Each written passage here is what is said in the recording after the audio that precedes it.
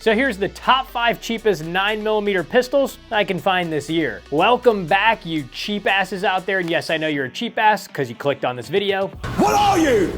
An idiot sandwich. Jumping right into number 5 on our list is none other than the Palmetto State Armory Dagger. Now, there are a bunch of different versions, micro, full size, compact, but typically speaking, this is the version or one similar to this, the compact version that comes in super cheap. And as a reminder for this video, we are going from most expensive number 5 to the cheapest at number 1. And also, I can't say pricing in the video, but I will tell you to go check out the video description. You'll find what you need down there, and make sure to hit like and subscribe while you're there. For the Palmetto State Armory Dagger, I've tested about 4 different versions of this. I think in total of the 4 versions, I've had maybe like 5 or 6 malfunctions, and that's through like 4,000 or more rounds. This one actually ran 500 rounds at the range, out of the box, flawless with no issues.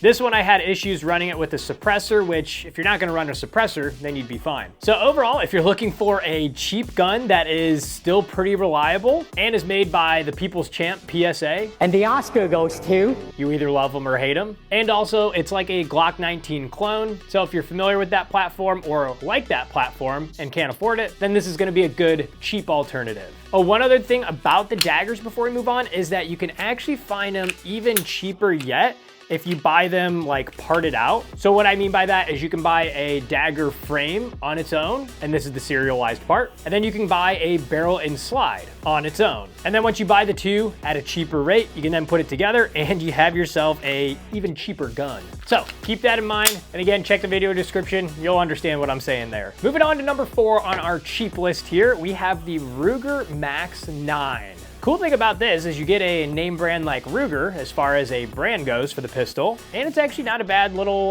concealed carry gun. For the pros for this gun, it comes optic ready from the factory. You get 10+1 for the capacity, so you're welcome, California people. The downsides though is that the trigger can be polarizing and is a bit snappy because of its smaller size. Also, you can pick up the 12 round version where it has like a little extended plate on it, so you could have 10 flush or 12 extended, which I think is pretty good for a smaller concealed carry gun. So again, not a bad option here. And if you like the Ruger name brand, be a good pick for you. Before we move on to number 3 on our list, we do have an honorable mention, and that is the Beretta APX A1 Carry. I think the price point for this came in like right around our number 5, the Dagger, if not a little bit more. So I wanted to at least give it a honorable mention here for the cheap 9mm guns. Again, this is a concealed carry gun, so it is a small guy. Obviously, Beretta makes some awesome pistols and other products. So again, you're getting a name brand product here. The only downsides to this here is it does have a smaller mag capacity. I think it's like 8 rounds.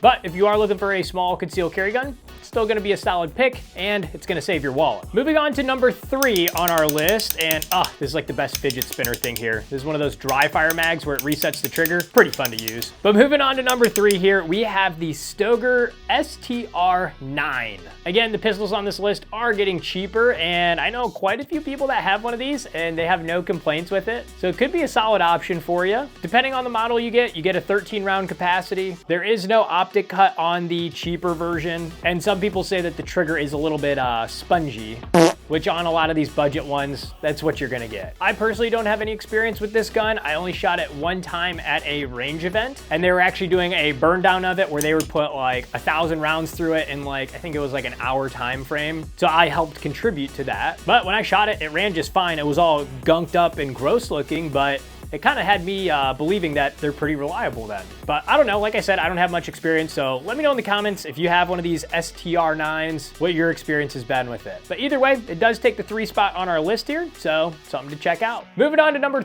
3 on our list, it is none other than the Taurus G3C. The Taurus G3. I feel like this is the most common budget or cheap 9mm pistol that I hear people have. One of my good buddies, he has one of these. This was like one of the first carry guns he started using. I've shot his, it works good. The trigger on it is horrendous though. Like seriously, so much slop and just pretty miserable, but the gun does shoot and it works just fine. But either way, for it taking the number 2 spot, it is a very cheap pistol that, again, a lot of people I know have or they use. And if you're not a big gun person or have money to spend on, a Glock or like a SIG, a good concealed carry gun, well then this is definitely a good option, just like all the other options on our list here. So for my Taurus people out there, sound off in the comments. There's no shame. It's actually not a bad gun. It just has that really bad trigger. All right, moving on to the number 1 spot on our cheapest guns in 9mm. Before I tell you what it is, go check the video description. Everything you need is down there, and make sure to like, comment, and subscribe. But the number 1 spot on our list is none other than the Hi-Point C9.